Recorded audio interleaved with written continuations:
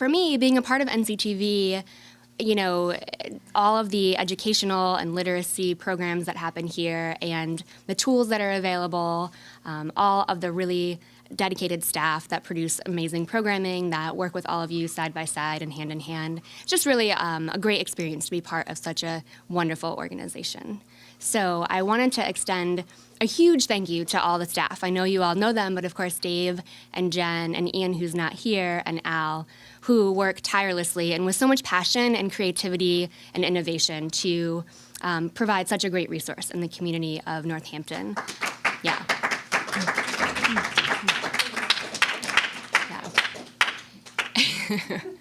And you know, NCTV is getting close to being around for 10 years, and Al has been here for that time, really leading the ship and seeing all the programs get developed, being a leader here in the community, but also around the country and a thought leader. So certainly, thanks to Al, NCTV has maintained such a wonderful presence and has such a great community and a wonderful staff as well. So another round of applause for Al, for sure. And with that, I think Al should come on up. He's going to say a few words, and he can take it from here. Thanks.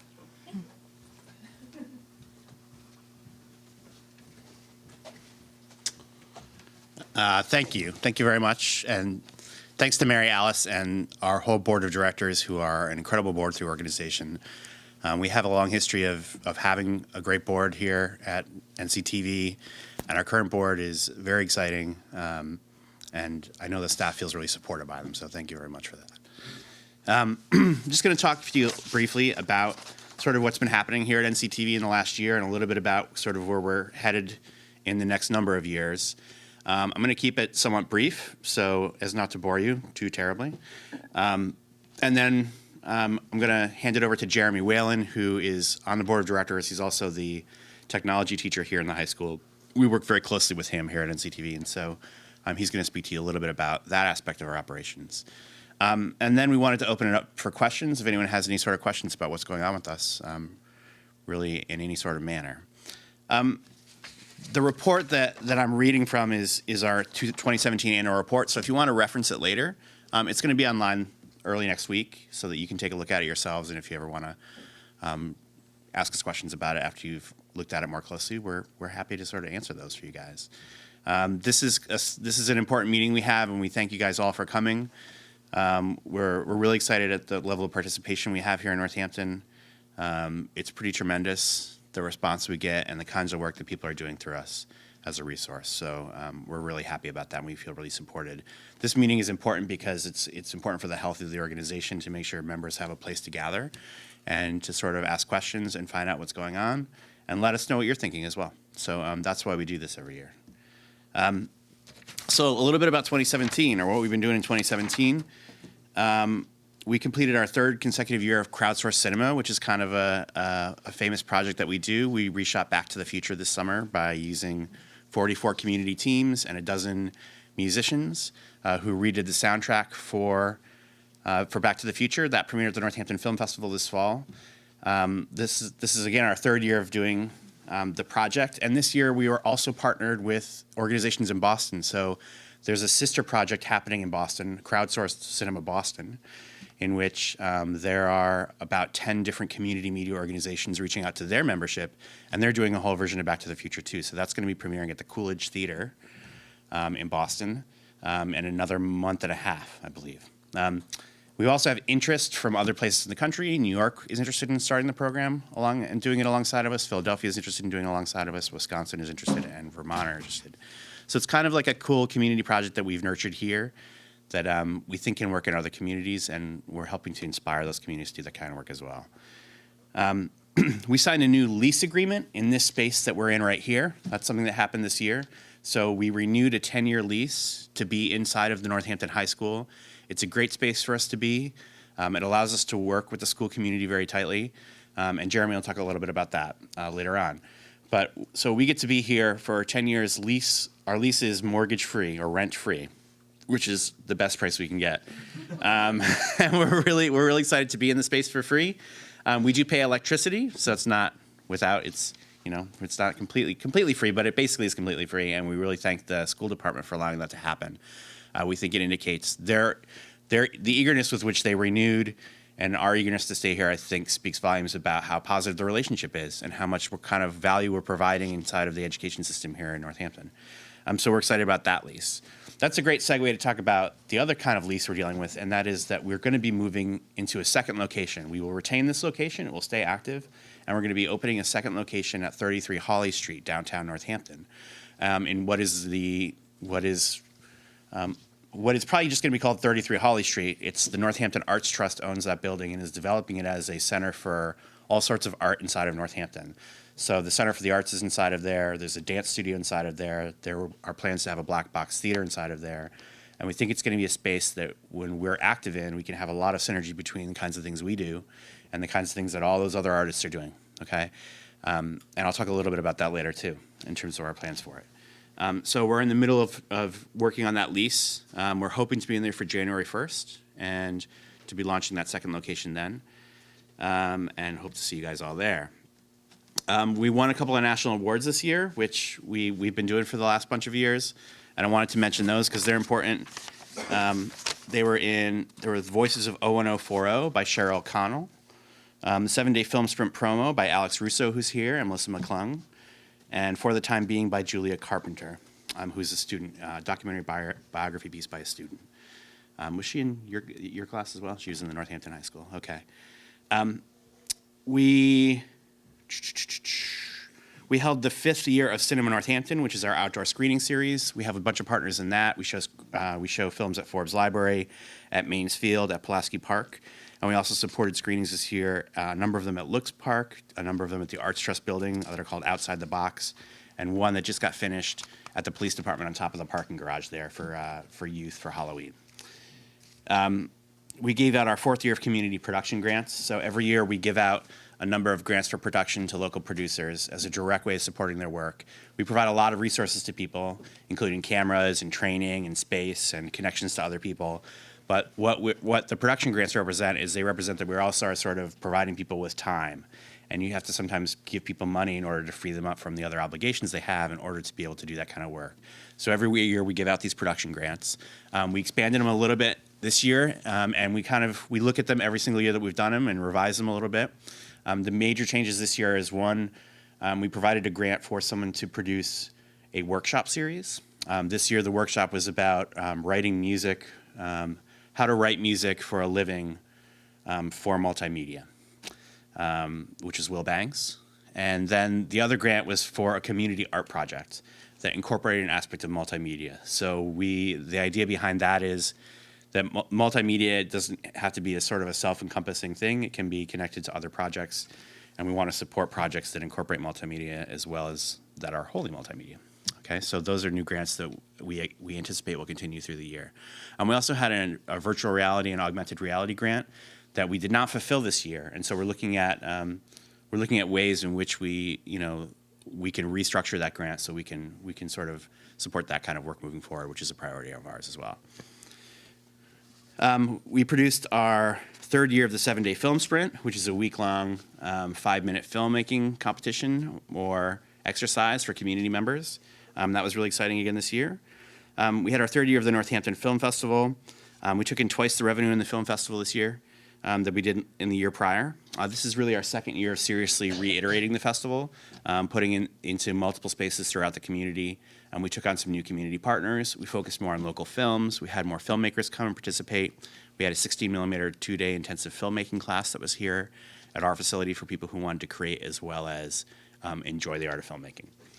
So we're looking at using that. That's sort of a lot of our projects we sort of approach as experiments. We're always looking to tweak them and improve them every year that we do them. So we continue to do that with the film festival. We installed a satellite mini studio at Valley Free Radio. So if you are a member of Valley Free Radio, you now have a 2-camera system and switcher, and you can produce a live show as you do a radio show at VFR. And that material can come and be broadcast on television as well as radio, as well as podcast, if that's the kind of work you do. So we're looking to leverage situations like that where we work with other community groups and other creators and allow them to be more efficient and produce sort of broader content with the work that they're putting into what they're doing. This was the second year of Focus Locus, which is a monthly screening series of local filmmakers that happens at the Parlor Room every month. And Melissa McClung, who is a former member who teaches at PVPA and who is a board member, it took over that screening series. And that was really exciting for us because I think it's our first project that we've had that a member actually basically runs the project and we just support it. And again, it's because we're looking to create as many collaborations as we can and sort of tap into the passions that people have and try to support them as a community organization. Paradise City Press was put on hold this year, so that's a project we ran for a number of years. It's a citizen journalism and community journalism program. We put it on pause this year because we felt it had sort of run its course in terms of the model. And it wasn't accomplishing everything we sort of wanted to do in community journalism, and so we're relooking and rethinking about what that will look like in the future through us. We do anticipate starting another news program, but we haven't decided yet what that's going to look like, so we're sort of on pause from that, in case you're curious. The Public VR Lab is one of our newest programs, and that is sort of us embracing what we see as the new emerging mediums in multimedia, which are virtual reality and augmented reality. It's a project we started in conjunction with Brookline Interactive Group, which is a similar organization in Brookline, Massachusetts, just outside of Boston. And they've been very supportive of the project, and we sort of work separately, but in conjunction with one another to sort of develop what we think what we're calling community VR will look like. And so that's meant a couple of things for us. One, it means that we provide VR and AR demos to members of the public, which we've been doing this year. We're going out to a couple of libraries who've actually hired us to go and do programming that's fundraising for us, and we're going to be able to show that technology to those libraries. We anticipate doing that at some senior centers in the area. We've gave our first class in Unity programming in collaboration with the Pioneer Valley game developers, and we anticipate having Unity be part of our regular sort of curriculum of classes moving forward for people who want to get involved in that work. We've shot a bunch of 360 video, including footage that we took of the presidential inauguration this last year, and the Women's March that followed immediately afterwards, or the next day.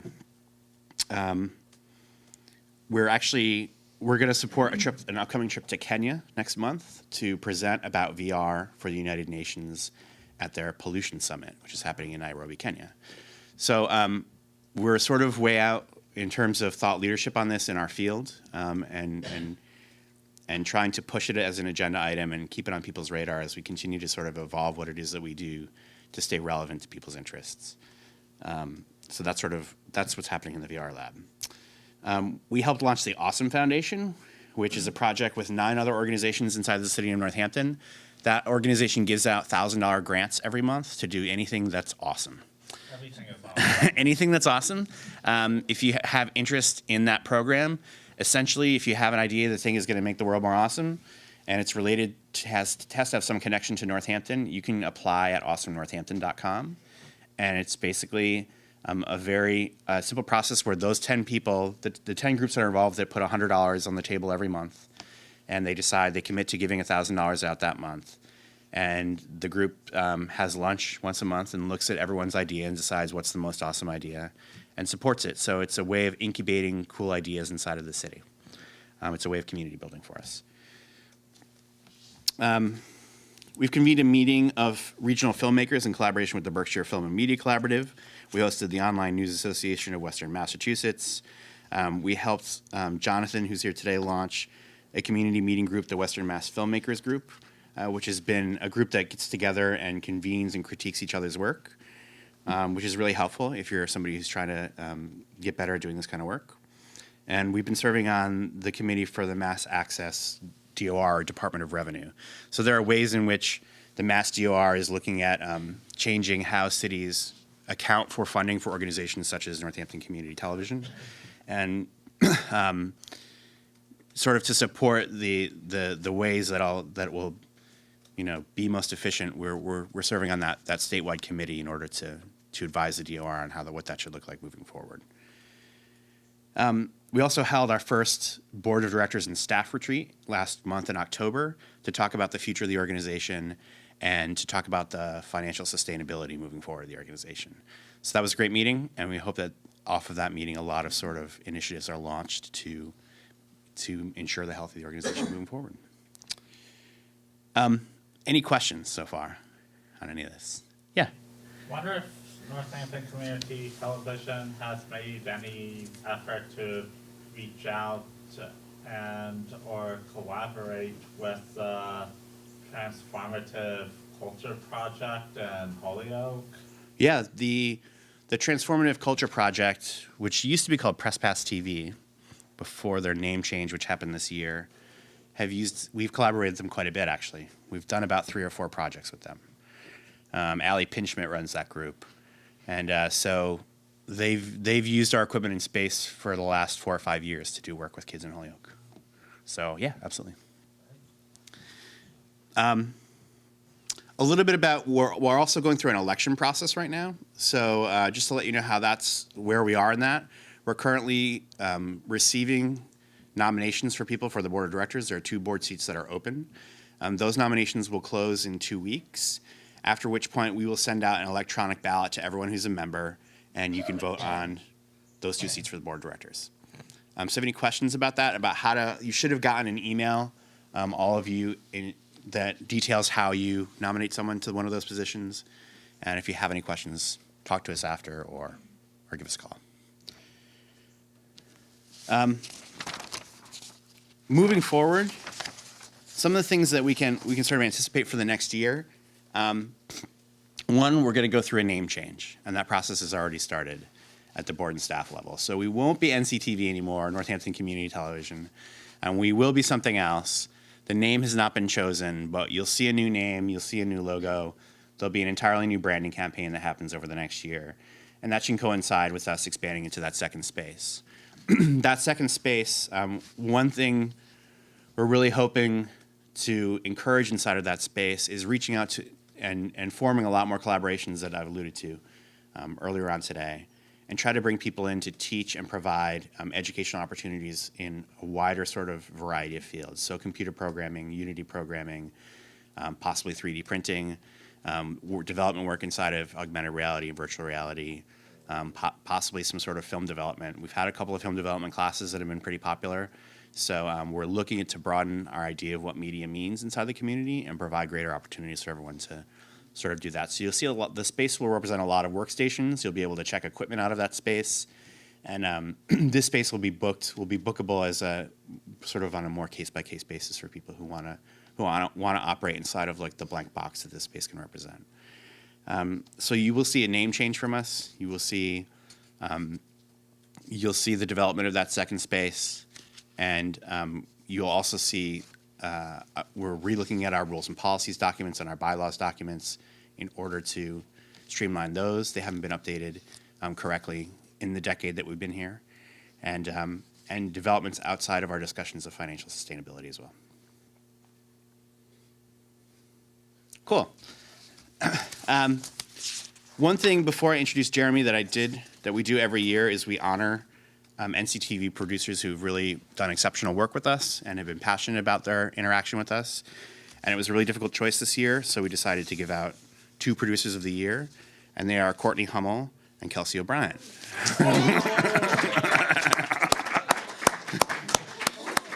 So we give out, they do great work with us. They've done a tremendous amount of work on the advocate sessions that we regularly produce. They've also helped us cover with government coverage. They're running their own series of music programs called Back Bar Recordings, showcasing local music, and they've been it's been tremendous to have them working with us this year. And we have a couple of gift cards for you to honor you guys. Yeah. So thank you very much. And I'm going to turn it over to Jeremy Whalen, who's on the NCTV board and is the tech teacher at the high school.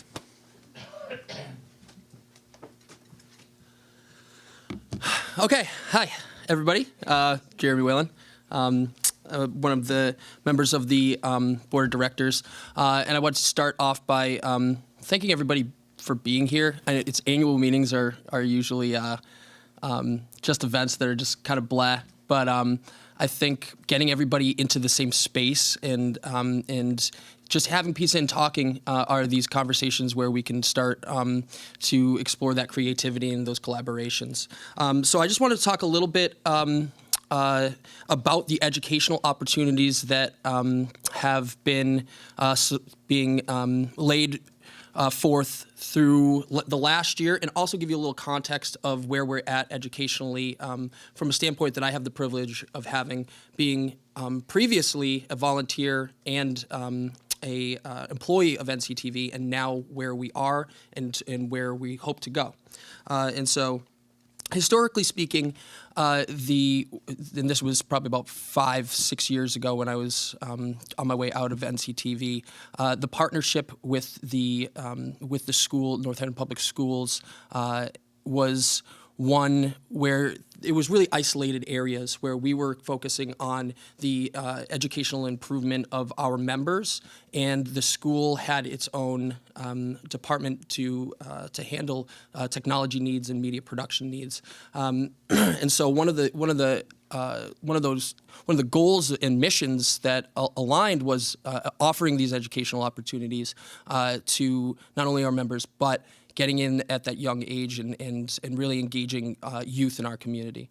And so about 4 years ago, I was hired as a technology teacher at Northampton High School, and as a result, it opened avenues for collaboration, which has just been really a tremendous partnership with NCTV and the things we've been able to do, not only at the high school, but also looking district-wide, and also partnerships with PVPA, which I'll talk about in a second as well. So there's really three components of education. There's one, the actual educational opportunities. The second is collaboration. And the third is resources. And so just taking a look at some of the things that we've accomplished over the last year educationally, one is just simply having that expert knowledge within the staff and employees to be able to have my students come over and ask those questions and troubleshoot problems. Al, for instance, came into my social entrepreneurship course this week to talk about virtual reality and give a kind of a context of where we're at and where we will be for a virtual reality project they're working on. In addition to this, we have workshops for youth. We specifically have set aside certain seats for youth to be part of workshops. One was documentarian Larry Hott, who offered a workshop here. One of my students, the seat was reserved, and she was able to participate in that, and she had a lot of positive things to say about that as well. Shared educational media.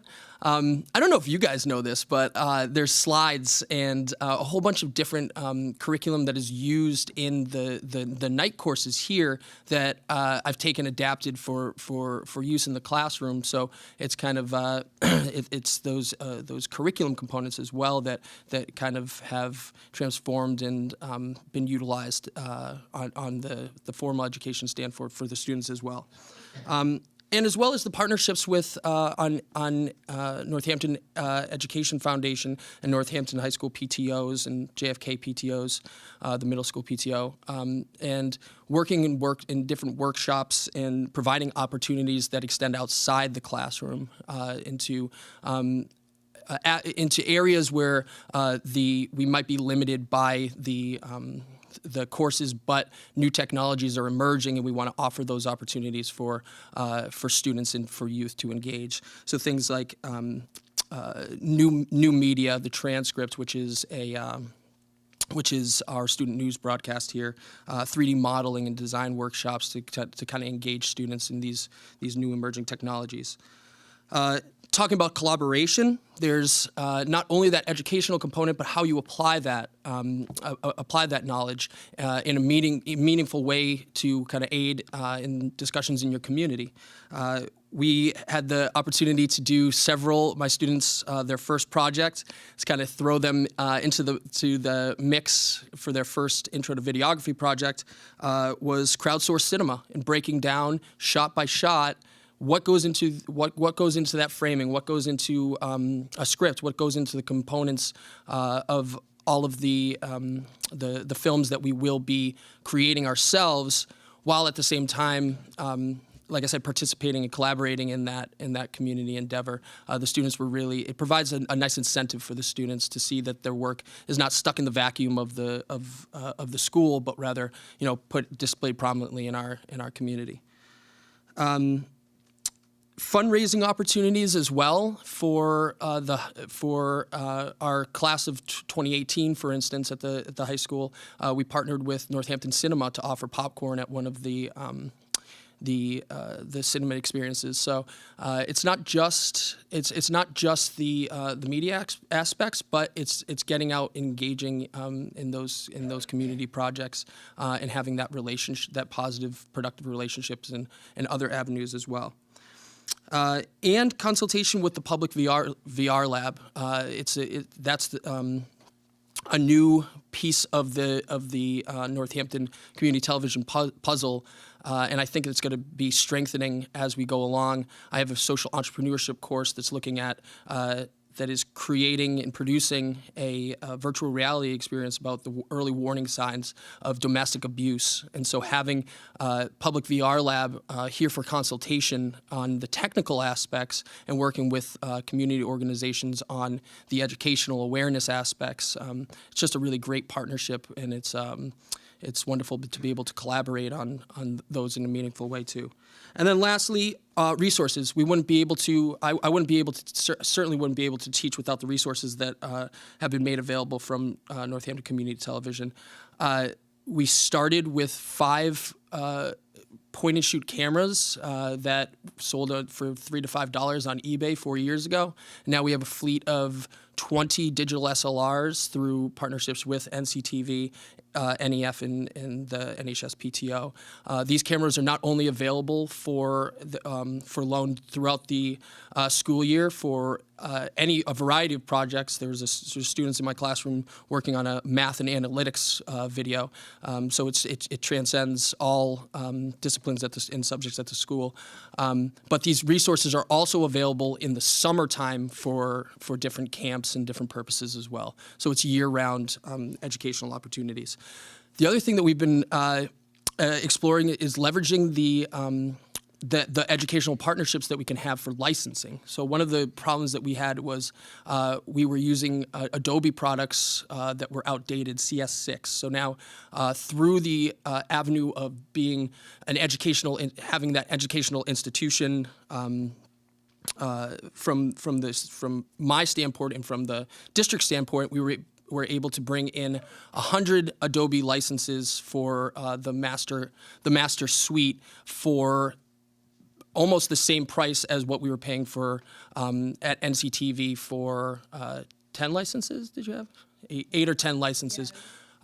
And so it's phenomenal because now the entire school, we have the latest edition of the Adobe products available to all, not only all students but all members at NCTV. And so we're continually trying to leverage those partnerships to have those discounts available not only for the students but beneficial for the adult learners or the community learners as well. And so for the future, we just had a great board retreat, and I feel really energized about what we can accomplish on the educational standpoint. From an educational standpoint, some of the things that we're going to try to do is solidify and standardize the structure of how classes are offered, and expand those classes and see where we can fill in some of those new emerging technologies that I've been discussing, and think about media not as just video production or audio production, but into other realms that are slowly becoming more prominent in our society. And leveraging the current partnerships that we have. I think that we have an excellent partnership with NCTV and the schools. We've displayed the PVPA, Pioneer Valley Performing Arts School. There was also a display at Focus Locus of student work. So getting that work out in the community and kind of leveraging the partnerships that we have is also important. And yeah, lastly, the educational experience is your experience. It's everything that we do. It's taking out the equipment and learning from those experiences. It's how I learned as a volunteer here 10 years, 8 years ago, 10 years ago, and it's how we continually learn. Yeah, I encourage you, transitioning into the end here, I encourage you to, kind of preaching to the choir here, but I encourage you to go to northamptontv.org, tell your friends and your family about the wonderful resource. This is really a gem of the Valley. At any given point, you can take out, thousands of dollars worth of equipment, and this is all your equipment. This is the public's equipment, and it's a way to give the public a voice. And so I encourage you to tell everybody about the opportunities that are available here. And with that, I think if there's anything that you wanted to say, Anyone have any other Yeah. questions? we'll pass it off to Al. Yeah. Are you looking to collaborate with any other charter schools in the area? Yeah, we actually for private and charter schools, there's been collaborations in the past. I know that we worked with Paulo Freire. Yep, and doing some. They did a time, or not a time lapse, but some animation work. So again, I mean, it's the open education. It's open educational access to all community members and organizations. So yeah, certainly partnerships with charter schools is fits into the mission statement of NCTV as well. Some after-school programs, I would say, as well, like Boys and Girls Club of Holyoke we've worked with, and we've worked with just slipped out of my mind, with Whole Children. Mike has done a lot of stuff with us. We've mentioned a couple of groups in Holyoke. We should also mention that NCTV has been. I should go over here and join you. This is bad production, but the NCTV has been very supportive in helping. There's a new organization called Holyoke Media that is just emerging, and it's going to be like Northampton Community Television in Holyoke. I anticipate some of those groups we've been working with in Holyoke will start working with Holyoke Media, and they have been working historically with us because there was nothing in Holyoke to support their use, and so we've been very happy to work with them. And also, the organization's been supportive of me working with Holyoke Media as an organization to help start that organization. So we sort of believe in a rising tide philosophy, where the stronger we can make all the community media organizations around us, and the more we can partner with them, it's just better for everybody, because the more good work that everyone in the area can be doing, that it benefits all of us for that to be happening. So that's another thing that's going on.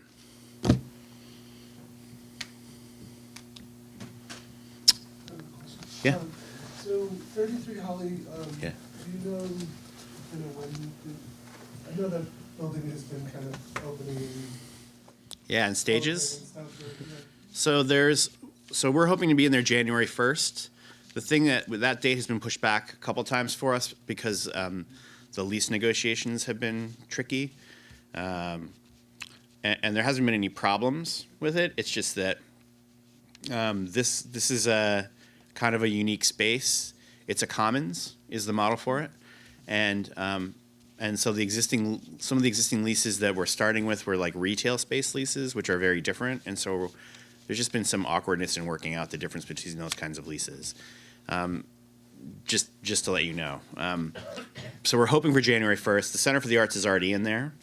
APE Gallery uses some of the spaces in there. The dance studio is open. Our space is finished. It's constructed. It's just waiting for us to reach an agreement and for us to move in. The rest of the building, they're still fundraising towards finishing the rest of the building. So after us, there's these other spaces. We're on the bottom floor. The floor above us will be finished next. And then the building will be complete except for the Black Box Theater, which will be an entirely new fundraising effort because the Black Box Theater is a complicated thing. And so it's going to require another lump of money to go and develop the Black Box Theater. But there will be an empty space that can be utilized for other things before the theater is finished and complete. And we anticipate doing things like we hope when the Black Box Theater is built out to, we've already had discussions to wire the building in such a way that we could do some coverage of things that happen inside of the Black Box Theater and have preset camera positions and things like that, so that it sort of tightens the relationship between all the work that's going on there. Do you see, so editing was Editing will be both spaces, but we will have a lot of editing spaces over there. One of the things that I think Holly Street provides us is parking, a lot more parking, and a lot easier access for people, particularly for people who have transportation issues. So taking a bus here is very difficult because there aren't as many buses that come out along this route. I think it's at its most frequent, it's on the hour. And then you have to walk around the entire building because there's no easy way to get from the front of the building to the back of the building. You basically have to walk around the entire building. And so that's pretty challenging for people. Or also, we'll have more visibility down there. So those are the big benefits we see. And there definitely will be lots of editing going on in that space. And there should be some editing here as well. Yeah. So, so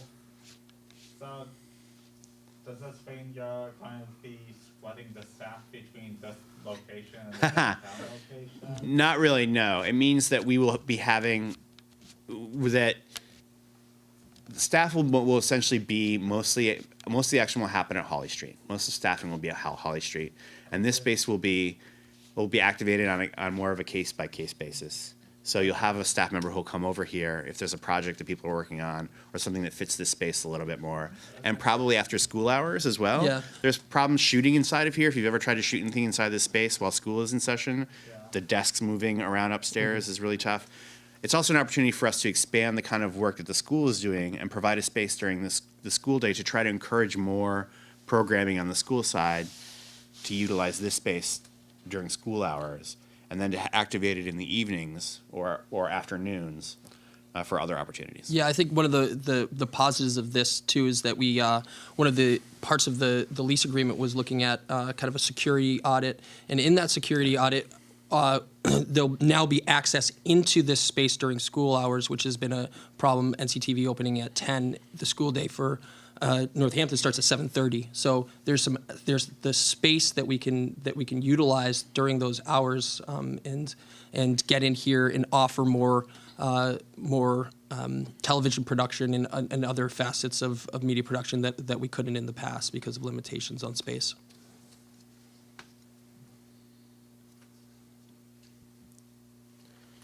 Yeah. So who goes to Kenya with the VR stuff? So I'm going. Well, I'll be going to Kenya, and most of the team is from Boston.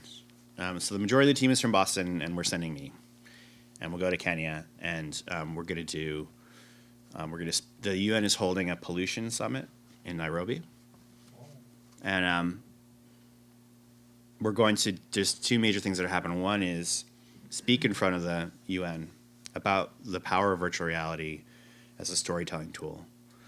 And two, to give demos to the UN for a couple of days at that pollution summit. And most of those, they're experiences that are related to ecological issues. So one of those experiences was developed inside of a hackathon, a VR hackathon that happened in Brookline over the summer, over the spring. And the rest of them are just experiences that other people have done, and so we'll be showing demos. Did you want to go to Kenya? Yeah. So if that's it for, I guess that's the conclusion. I just want to also thank Mary Alice, our board president. She led a wonderful retreat between our board member and our staff here, and we made a lot of progress. We have a nice vision, and the guidance that she's offered NCTV and our organization is just invaluable. So a round of applause for her and the staff and the board.